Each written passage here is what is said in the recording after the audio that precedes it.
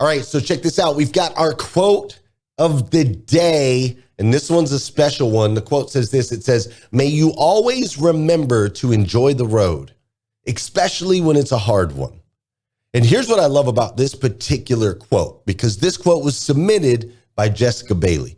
And Jessica Bailey is my executive assistant. She's been with me for many, many years, since the very beginning when we first started the company. She's been with me, and she's actually on a hard road right now. We were in San Antonio, and this young lady who's so dedicated and so committed to me and to this company, she was outside in San Antonio, slipped on the steps, landed on her back, broke her back, literally broke her back in multiple places, fractured some other places. She's in a brace. She's on a hard road. And like 10 hours after breaking her back, she still showed up, was greeting our guests at the retreat, like making sure everything was, I'm like, Jess, like, you need to lay down, go home. She swung by the office yesterday. I'm not going to say she was here yesterday, but she swung by the office yesterday. I'm like, Jessica, go home. You need to go. You got to recover. But dude, she's amazing. Jess, shout out to you. And for those of you that are prayerful people, if you don't mind, let's shout out some prayers for Jessica Bailey. She's an incredible human. She's going through a challenging time, but even in the midst of her challenges, she gave us this message. May you always remember to enjoy the road, especially when it's a hard one. Good morning and welcome to Rise and Grind Live. Unlock your full potential with the power of daily motivation, education, inspiration with your host, Glenn Lundy, a husband to one, father to 8, global motivational speaker, and the author of The Morning 5. I'm Heather Parody, former therapist turned online entrepreneur and wannabe comedian. Celebrity interviews, transformational information, and a massive community around the #1 morning show in the world. It's 5:30 a.m. and it's time to rise and grind. Hey, good morning, good morning, good morning. How are you, my friend? How are you, my friend? Dude, today is, what day is it? Today is Friday. That's right. Today is Friday, November 10th, 2023. And what's crazy is today is the very first and the very last time it'll ever be Friday, November 10th, 2023. So I want to make sure we make the absolute most, and I do mean the absolute most, of this incredible, incredible day. Hey, I'm coming to you live from Lexington, Kentucky, where I also have my co-host and my dear friend, Heather Parody, in the building coming out of Georgia. Good morning, Heather. How are you? Ooh, remember the 5th of November. It's been on my mind all week. How you doing, Glenn? I am doing absolutely amazing, Heather. I'm super excited to have you here with us today. We also have the incredible Matthew Vincent. Now, this guy, Matthew Vincent, Heather, he is a world champion at the Highland Games, world champion athlete. He's the owner of a company called Not Dead Yet. He's also the owner of Habit Coffee. He's got NDY Life, which is Not Dead Yet Life. And he's the host of the NDY podcast. Now, this dude's amazing. I'm going to give you a little taste so you can check out what this guy's all about. He's phenomenal. Check this out. For so long that 40 is it. That's over the hill. That's beginning of the end. Fuck that. I'm going to be the healthiest I can be. I'm going to be the strongest I can be. And I'm going to be the fittest I'm going to be. I make those choices. Stand up and be defiant against that feeling of your life starting to slow down. Get on the gas and start making decisions. Be the best version of you that you can be. Take action, be disciplined, and stay accountable to what your goals are. No one else is going to care. You don't need them to. They're not dead yet. Live like it. Good morning, Matthew Vincent. Welcome to Hashtag Rise and Grind. How are you this morning? Let's go. Thank you guys, man. Thank you for having me. Yeah, man. I love meeting other morning people. This is great. We are definitely a whole lot of crazy morning people in the room today. So here's what we're going to do. We're going to have some fun. We're going to get to know Matt a little bit better. Before we do, though, there's something we have to do on this show. Every single day, there's something we got to do on this show, right? Which is we got to do a little dancing. Now, Mr. Vincent did not know that we dance first thing in the morning, too. He didn't know. I didn't tell him that part. But this is the part of the show we get the body in motion. Listen, an object in motion stays in motion. An object at rest stays at rest. So we're going to get the body in motion this morning. This is also the part of the show where I need you, yes, I need you to hit that share button. That's right. I need you to hit that share button. Clubhouse, share it out. YouTube, share it out. Facebook, share it out. And then this is also the part of the show where I want to say good morning to you, and I want you to say good morning to me. Whether you're watching this show live or you're watching this show on replay, we want you to say what's up, and we're going to say what's up back. All right? So I can see here with us this morning, we got Tony Thorstad. Thanks for being here, Tony. We appreciate it. Marilyn Wilkins in the building. Russell Hill, thanks for being here. Let's go check on Heather. Is Heather dancing? Is she dancing this morning? You dancing, Heather? Somebody requested the dab. Somebody requested it. I didn't listen. I can't help it. Somebody requested the dab. I love it. All right, cool. Who else we got here this morning? I see Angela Heath is in the building. I see Lane Simmons is up in here as well. Stephanie Toadvine, great to see you. Carrie Lynn Carter, Scott Simons is in the building. What's up, TM? How you doing? Dora Maria, Ramon's up in here. Renee's in the building. David, Justin, Tosh, Stars, Tina, Jackie, Ryan, Monty, Natasha, Mary Kim, Bella, Triple J, Mindy. Oh my gosh. Paula Collins is in the building. Deb Englehart, I'm glad you're here. We got a packed house this morning, which is awesome because this guy, Matthew Vincent, is the jam. Check it out. I got another quick little clip, and then we're going to dive right into today's interview. Matthew Vincent, the one and only. Check this guy out. Many people act like discipline is this genetic trait that gets passed on. Now, we can be exposed to it, and we can get to see other people in our life use discipline to create what they want. But that doesn't mean we can't create it in ourselves. This is something that is simply taking actions despite how I feel every day, that I'm going to be making movement toward my goals no matter what. Matthew Vincent, bro, you're a beast, bro. Thank you, man. I appreciate it. I appreciate it, man. The energy's good, dude. I'm happy to be here. We're happy to have you, and you are a beast. I've been looking up all your stuff, right? I've been looking up all your stuff, and here's what I thought. Here's a thought that I had. I had this thought. I'm like, okay, so there are like leaders, right? We have people, there's like leaders out there in the world. And then you have like winners, right? So there's some people that are just leaders because of a title. Then you have winners that actually like win some games, but then you have champions. And champions are like a whole nother level, even above leaders. So my question to you, because I know you're a champion. So what separates those that just lead from those that win, but ultimately from those that become a champion?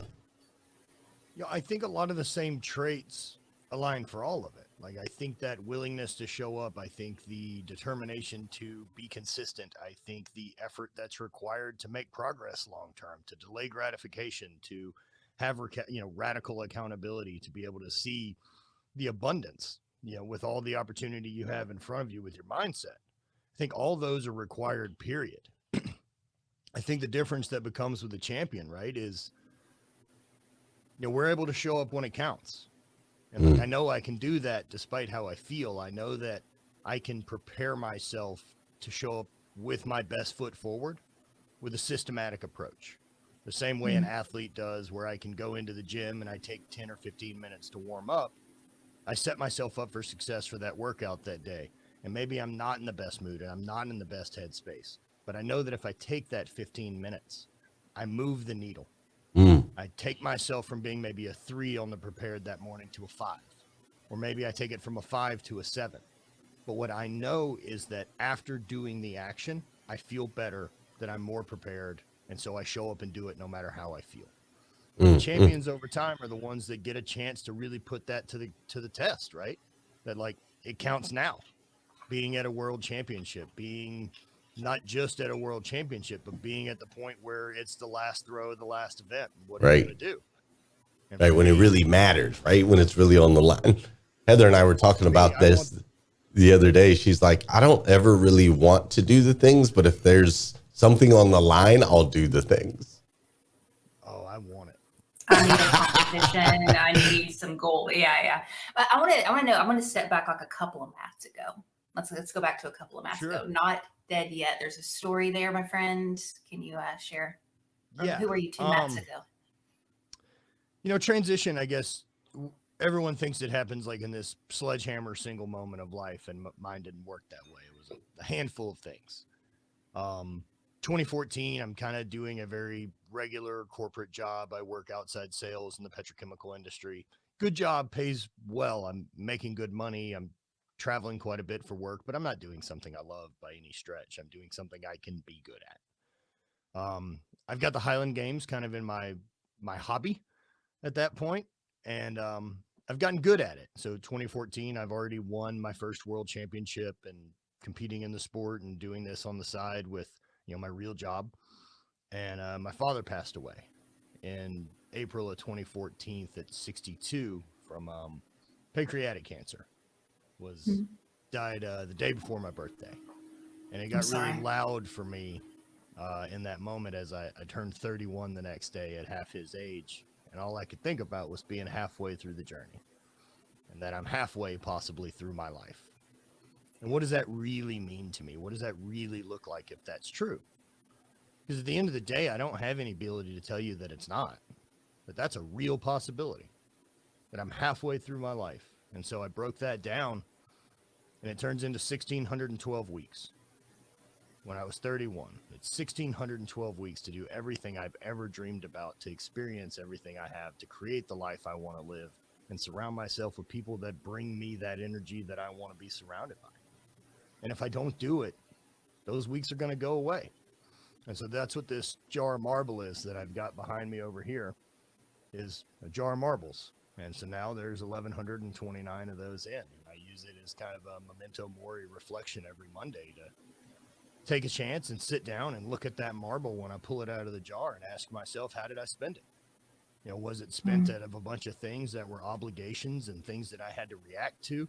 Or was it spent on the gas? Was it spent doing the things that I want to create for my life? Was it about chasing the opportunities that I'm into, learning the new skills that are going to make me who I want to be? Because either way, I put that marble in the trash. It's not more valuable spent either way. And so if it's no risk to taking on this, chasing this dream of my life and being accountable to it, then why not go for it? Both these stories end the same way for me. I'm going to be dead. But until then, that's when I get to make choices. That's when I get to write the story. So that's kind of what gets us back to here and the change of things. Yeah. That's deep, man. So what do you do? What do you do when you put that marble in at the end of the week on Monday? You look back over the last week. What do you do? Like, say you weren't, you didn't go all in the past week. You didn't create. You didn't live by your guidelines. Like, you got sucked into the rat race. You found yourself scrolling on social media too much. You didn't invest the time that you were supposed to invest. What do you do when you put that marble in and it wasn't a successful week? So the marbles come out. Okay, they come out because there's so many left. Right? Yeah, I get you. Yeah. That's how many weeks I got left. Right. So when I go through and I do my journaling and I kind of take my awareness practice on what that week looked like, the same way I would as an athlete, right? Like, without emotion, I want to look at what training was that week and where are my opportunities to get better. So I do the same with my life. And if I missed it, that marble goes in the trash. And if I hit it 100%, that marble goes in the trash. That week's not any more valuable spent chasing my dreams or laying on the couch doing nothing. So it's got to be radically accountable to me. It's me that shows up for that marble. It's me being able to say that those are the weeks left of my life and they're important to me more than anyone else. Yeah, that's What's good. the end game for you? What do you want? What's the ending? What do you want in life? Like, what's your thing? What's your vision? What are you working for? I want to spend as many days of the rest of my life doing things that make me in love with doing that. That's it. That's what it is. Yeah. That's the simplest thing of it, right? Like, that's what the wide range North Star looks like to purpose. If I get a little more deep than that, like, what do I care about? I want to create for a living. And whether that's apparel or whether that is impact or whether that is community or whether that is something that gives someone some fire or it's a chance to speak on stage or it's write a book or it's put out a podcast. I want to create for a living. I want to challenge myself to put new things out into the ether.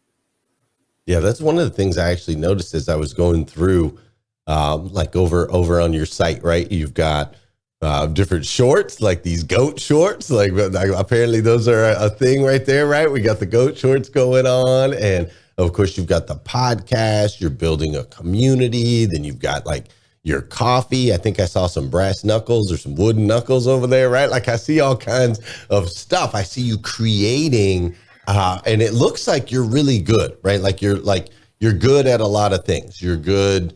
Good athlete. I've seen videos of you doing, just different participating in different things. Obviously, you're good at business. You're good at creating. You're good at quite a few things. And I think on the surface, sometimes, especially with my audience, we can see all of that and maybe feel like, oh, I could never do that, or I'm not good enough for that, so on and so forth. So I want to flip it around real quick. I've seen all the things you're really good at. What are some of the things that you're like, suck at, man? What are some of the things that like are really, really hard for you?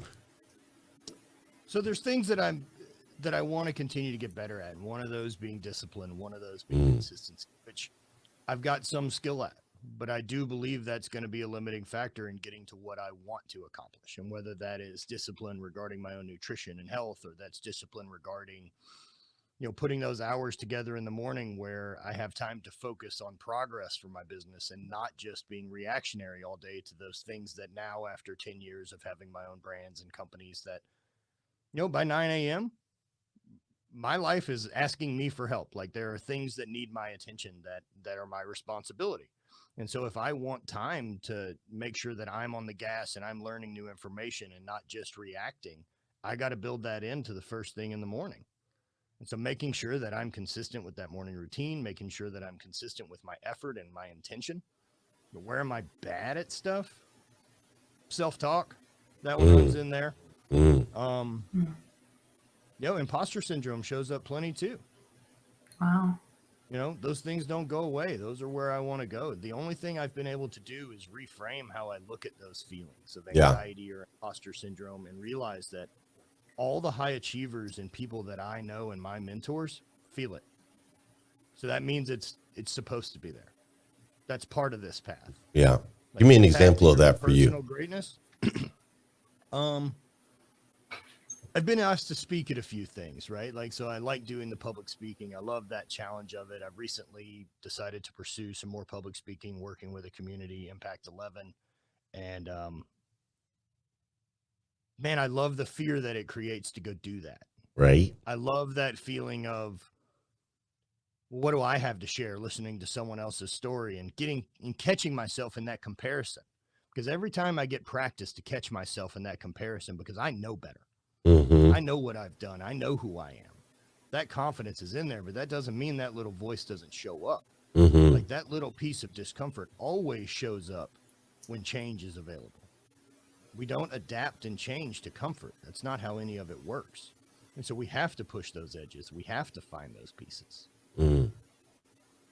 I love that. So we talk a lot about questioning things and leaning into discomfort and the norm. And even this entire week, we've been looking at just challenging beliefs, things that people hand you on a platter, and sometimes we don't ever question and look at. So what's something right now, Matthew, Vincent, that you are deeply questioning? It can be anything. It could be something in the world. It could be in your life. It could be something spiritual. Like, let's go there. And just to give you some examples, we've been questioning like aliens. Is the world round? Like we've been questioning everything. I mean, so feel free to go as far as you want to go. Everything's on the table. That's right. Which aliens are real, so there's no reason to question that. Things that I'm kind of deep in questioning right now. I love that. What's it matter? Like, I think that's it, right? Like the not what am I, but who am I? Like I think I question a lot of those. I like diving into that and looking at it from the perspective of I'm not what I've done, I'm who I am. And for me, with what we talked about with this kind of background of, competing and being a world champion and having brands and doing all this, that's great. Those are things I've done, but they're not who I am. And I'm going to continue to do great things. Like I'm not getting to a point and hanging a destination on it. And so for me, that thing I've been really considering, right, is this idea of being a tourist and not a traveler. And I Tell me want to be, more. and so I want to be a traveler. Because a tourist to me is this person that's always destination based, and they're interested in taking on these challenges because they get to cross the finish line, they get the award, they get the pat on the back, they get that validation for the effort. But that's a moment. Whereas the traveler is interested in the whole journey. The traveler is interested in showing up with what That's you learn good. from each moment and how to integrate it back into your life so that it continues to propel you forward. Like I don't want a bookshelf full of self-help books that I don't read. We do that all the time. I don't want to have all that information and not put it to actual use. So that's where trying to find myself in that deeper piece of like, what can I learn? What am I capable of accomplishing if I really push myself to those edges? And where can I find those edges? And what other agreements have I made in my past that inhibit me from doing it? What are those limitations that I've set on myself, whether that being environmental from where I was born, what my parents were into, their ideas of entrepreneurship and financial safety, what love and intimacy looks like in their relationship. And I realize that I've got the power to rewrite any of those things for my own life because the rules that they played by don't matter. They're not real. I don't think that anything's inherently important. Not in this life. We're going to die. It's all going to go away. And none of us are going to ever exist again. The earth has been around for way longer. We've barely been here. So the narcissism that there's some greater thing to it, it just doesn't exist for me. And so I find a lot of freedom in that, which means everything that's important means I chose it. If nothing's inherently important, that doesn't mean that things aren't important to me. That means the things that are important to me, I chose them. They were a conscious decision. And I want to fill my life with things that are important to me. Not things that were important to my parents, not things that were important to the people that I went to school with, not people that overlooked my life who honestly don't care. They don't care. And that's cool. And I don't mean that in a negative way, but it's your life. Yeah, totally get it, man. There's so many things we pick up, right? Pick up things we picked up from. This is what we talked about all week. Like, the school tells us we should do things this way. The media tells us we should do things this way. Government tells us we can do things this way. And Heather and I will have these conversations, and she's like, who is they? Because I'm always like, they are doing this. They are doing that. She's like, who's they? He always has a they. And I'm like, They is us. Well, that's what they is like your friends. They is your parents. They is, and then there's they in here, right? There's us. Yeah. I'm with you, man. And picking up the pieces of that, and it seems like, with your journey, you've kind of gone on this transformation in this idea of not dead yet, right? And it seems like a really soulful, purposeful, like you just seem like this guy that walks in this deep intention with all the moves. I love how you talk about being a traveler, right? And not a tourist. Recently I was watching this interview with Kobe Bryant, and Kobe was talking about how like you kind of have to get over yourself a little bit, right? Like you have to get over yourself and be like, okay, hey, I'm not that big of a deal, right? Like, and this is Kobe Bryant saying this, right? And he's like, I shoot 5 air balls at the game. What do I think after? Like, okay, so what did I do wrong?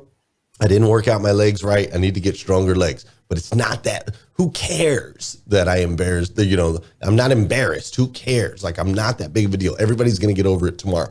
So it seems like that's a lot of your fuel and your passion, looking at the end, the experience between now and then, and kind of having to get over ourselves a little bit and realize, hey man, we're doing the best that we can, and we need to just really enjoy the journey, right? That's how I feel about it. I think enjoying the journey is one thing, but I don't think it comes with being complacent. Mm-hmm. Like I think it comes with, if we go back to they, right? Like one of the things I find beautiful in our Constitution, amongst a lot of things I don't understand, is the unalienable rights of life, liberty, and the pursuit of happiness. Right. And I think it's really important to notice that doesn't say life, liberty, and happiness. It says the pursuit of. Mm. And perhaps that magic is in the pursuit.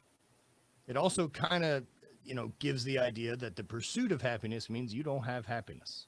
Mm. Mm. and it needs to be chased. I think happiness comes with progress. I think happiness comes being in the pursuit of something that you get lost in. That's where we find flow state. That's where we learn differently. And so often, for myself, I'm not a great student by any stretch. I threw rocks in a field. And so, look, there wasn't anyone when I left for college that was like, he's probably going to be a doctor or a surgeon. They weren't concerned. Right. And so, like a lot of people, making it through school, luckily for me, I had an incredible older brother, right, who was a valedictorian and All-American and all these type of things. So me making average grades and doing okay makes you feel dumb, makes you feel not enough. It makes you feel all those things. And that was all my own put on me, just not being able to compare to him. And I realized what a hindrance comparison is to making that progress. What's the Mark Twain quote? Comparison's a thief of joy. And I think that's true. And instead of using comparison to see what other people have done to hold yourself to some standard, I now have reshifted it and changed my perspective to see what other people have done as possibility. That means it's not impossible. That means it can be done. That means there's steps to figure out. And if there's steps to figure out, I can show up and do it. I may not be able to tell you how long it's going to take for me to get to that journey and get down it because it's unique to yours. But I do see the steps, and I do know how to show up and make progress all the time.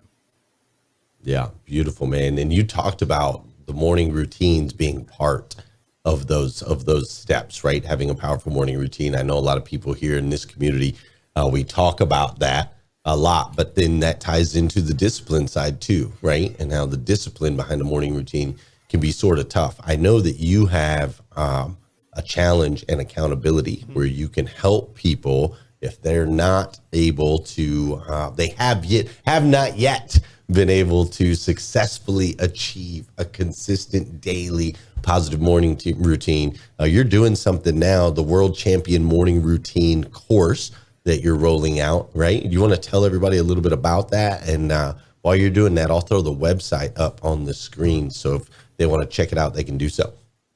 Yeah, so my 8-week morning routine course, I put it together with kind of all the tips and tricks and strategies I know about making that part of my day great.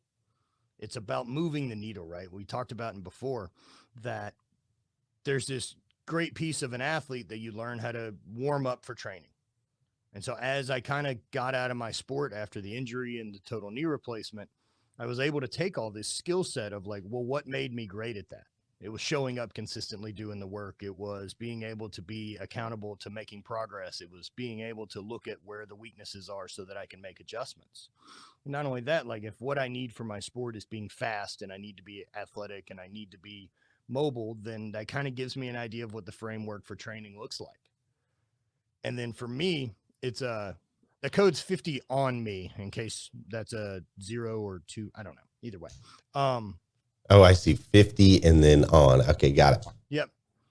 And so my morning routine now, if I ask myself, right, so what are the skills that's going to make me better at accomplishing my goals? And my goals right now are to create for a living. They're to build this community. They're to be able to impact people. And so what do I think that requires? I think more than anything as a leader, that means I need to be impeccable with my word. Not perfect. But if I say it's important to get up and move the needle and take care of myself in the morning, not just for creating progress in my business, but finding that time and space in the morning to take care of me first. That morning routine is about putting your own oxygen mask on before you go to help anyone else. And so often high performers and so many people use that excuse of it being selfish or doing any of this, that they don't take care of themselves. And man, it's such a short move. Because getting up in the morning and going to work out, this isn't a punishment. I mean, what an incredible bit of abundance we have in our life that I don't need to physically labor during the day to take care, to live. That I have a life that doesn't require that of me.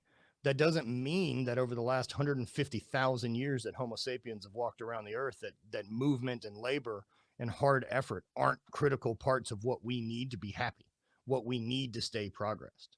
And so I look at it now as how lucky I am to be able to choose that stress, that workout, that environment. I want to be able to choose the stress that I adapt to. Because if we're not getting stressed, right, in the same way our muscles work, the same way all that grows, That comes from creating small adaptations from stressing your body out, and it grows back stronger. So why wouldn't any of my other capacities work the same way? They've got to be pushed to some type of an edge of discomfort so that they adapt and grow. When we sit in comfort, we atrophy. No doubt. And so does our ability to manage stress. So does our ability to get present. So does our ability to avoid distractions. So does our ability to sit still and be with ourselves, be present, have that conversation, instead of just looking for the constant noise to blur it out. So that morning routine is about setting yourself up with as much fire to accomplish your goals. Not do my workout because it's magic or any of that. I provide plenty of opportunity of what I do in my morning routine, but it's about building yours to make you more successful. And if what you need to do is get up in the morning and go for a 20-minute walk outside and catch your breath and have a minute to let your machine start up and running before people wake up and immediately jump on this and get into a reactionary mode, and now I'm letting the other world's input get to my energy before I use it, tell me you're a priority and that's how you operate. No way. I'm a priority. My dreams are a priority. No one else is going to do anything about them. Right. And that, in my morning routine, one of those mantras I say to myself is, only I can build my dreams. No one else is going to help. I love gotta it, be man. the one driving that boat. And that morning routine sets you up to have the mindset and the accountability to pull that off every day and be in a better spot, to have a clearer head, to deal with less anxiety, to have more focus. We are in alignment, my man. Go ahead, Heather. Let's go. No, I was just saying, come on, Matthew Vincent. Let's go. But I do, you know, I know we're getting close to the end, and Glenn, you're trying to wrap it up here, but there's something really important I got to address because it was brought up and not really addressed, and we just need some answers. Okay. Okay. Yep. Let's do it. All right. Let's do it. Let's do it. Aliens, are they real? Yes or no? So, all right. So this is one I'm into it. I know. I figured you were. Come on, let's go. Love all this. I've got a trip to Egypt in a little less than a month. I saw your Arby Marcus folks. Yeah. Great friends, good people. Has been a lovely mentor.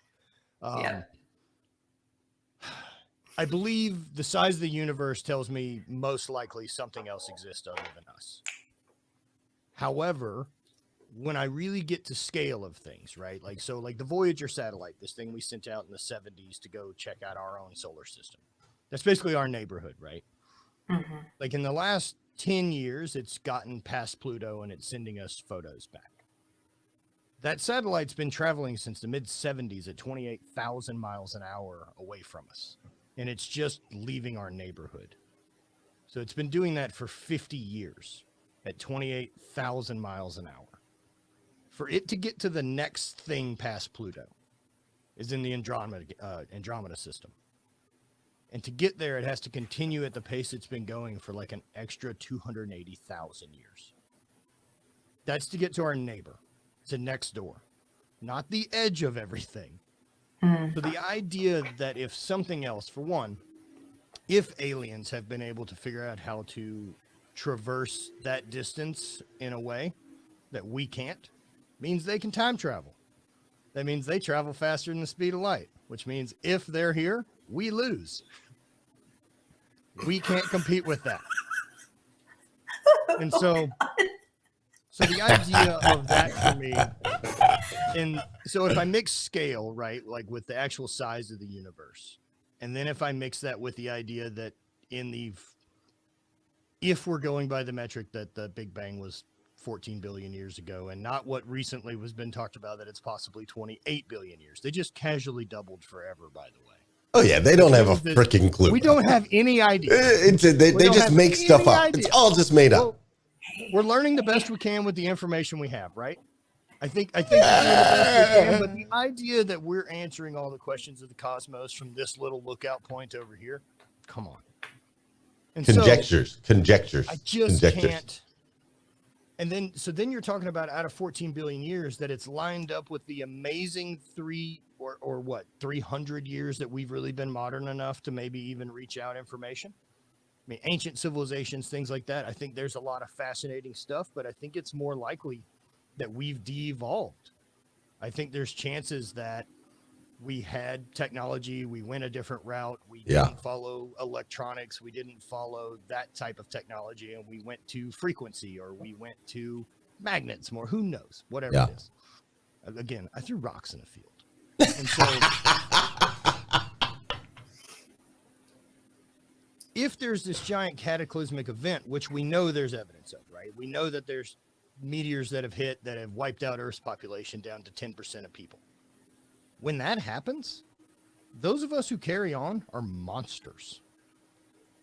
If you survive that stretch to the next time technology comes up, these aren't your best and brightest and artists and thinkers. These are monsters. I'd be dead. Yes, same. I got no issue. I have no desire to try to survive some post-apocalyptic world. Nah, man. Oh my goodness. I love it. That's kind of where I land on it. I think there's more of a chance that we've lost a lot of the narrative. That, I mean, we kind of think things started in Rome, basically, and then we don't even have enough information about what happened in Egypt, and that was, 6,000 years ago. Yeah. And for a civilization that was around that long, man, we just don't know how they did anything. God, I'm so glad where I did asked they this learn question. It's all so fascinating, man. It's all so fascinating. I love the questions, and that to me is the key, right? To ask the questions and not just take things at face value and figure out what your experience is and what is real for you. And that's what I love about this community here is this young lady above me right here, her and I see the world very, very, very, very, very differently. And at the same time, our hearts are completely aligned. This guy over here, we also will see the world very, very, very differently, but our hearts are clearly aligned. That's what brought us here together in this community with all of you that are watching and enjoying the show. And so, Matthew, I'm going to ask you one last question, and then we're going to end today. This last question is a bit of a doozy. You are on top of a mountain. I'm going to put you on top of a mountain. All right. Just imagine you're at the top of the mountain and all of civilization is at the base of the mountain. All 7.8 billion people they say are on this planet, right? They say are on this planet, Heather. All 7.8 billion are at the base of the mountain. And they're cheering your name, right? Matthew, Matthew, Matthew, Matthew, Matthew, Matthew. And somebody walks over and he hands you a mic and they say, Mr. Vincent, you have 2 minutes to deliver a message to all of humanity. What are you going to tell them? Whew. I'm assuming there's some buildup to that as I've been escorted to the top of a mountain. I've had a few minutes to think about it. So first, I want to say thank you for people for showing up, not to this, but to something that puts that fire in their heart. Not because it's me, but because it's something you were drawn to. And to continue to chase that fire. It is our job as the individual to figure out how to tend that flame for this existence and continue to chase our own personal greatness, not measure that against some other's arbitrary metric of what makes that happen, but what it means to you. And how do you get into yourself to figure out and unlock your real potential of being the best version of you? That's the happiest version of you. That's the most understanding version of you. That's the most educated version of you. That's the healthiest version of you. I want to be surrounded by people on this planet that are accountable to themselves, are willing to make their lives better, and never, ever get in the way of someone else's pursuit of their own greatness. I don't believe in scarcity, and I believe in abundance. And I believe that comes with love and not simply just believing that adding more and more is the answer to getting what you want. You already have it. And if you're on the progress and on that path to becoming the best version of yourself, you're already living that dream. You just have to keep going. Remember that time in front of you is what you were obligated to, not the years behind you. They don't mean anything. So start creating the life you want to be. Surround yourself with people who you want to share ideas and thoughts with. Spend time with people you love. Do the things that set your soul on fire. Chase that purpose and figure out how lucky it is that you have the opportunity to just chase things in this world that you're interested in. We're some of the first people in history that have ever even been given the opportunity to chase ideas that we're solely interested in and not survival. We have all these tools at our hand, and we want to keep bickering over the things that aren't important and aren't scarce anymore. focus and see the abundance. Be kind to everyone around you and take care of yourself with the same love that you have for other people. Amen, amen, amen. Let's go. I can't imagine you training me in the gym. I would get my stuff together, man. You know, I've never trained anyone. That's awesome. I've never been a personal trainer. I'm not You have what that I'm vibe turned about on you, by though. coaching, you know? Right? Yeah, the coach. Right. Yeah, I like coaching people on mindset and accountability. If we That's can get you to fair. lock those I mean, that's things- personal training. When you get down to it in the gym, I mean, that's it. That's it. Yeah.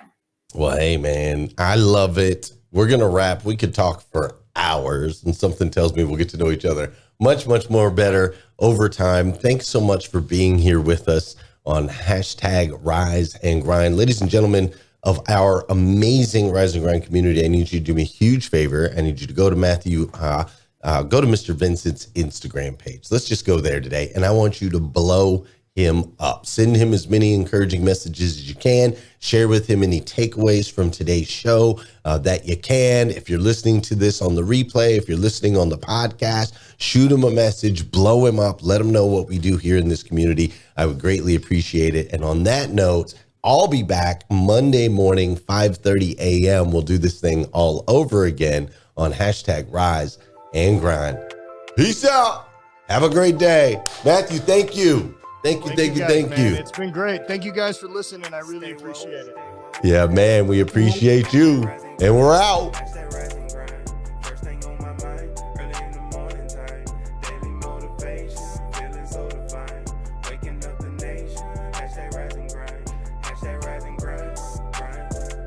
For so long that 40 is it. That's over the hill. That's beginning of the end. Fuck that. I'm gonna be the healthiest I can be. I'm gonna be the strongest I can be. I'm gonna be the fittest I can be. I make those choices. Stand up and be defiant against that feeling of your life starting to slow down. Get on the gas and start making decisions. Be the best version of you that you can be. Take action. Be disciplined. And stay accountable to what your goals are. No one else is gonna care. You don't need them to. They're not dead yet. People act like discipline is this genetic trait that gets passed on. Now we can be exposed to it and we can get to see other people in our life use discipline to create what they want. But that doesn't mean we can't create it in ourselves. This is something that is simply taking actions despite how I feel every day, that I'm going to be making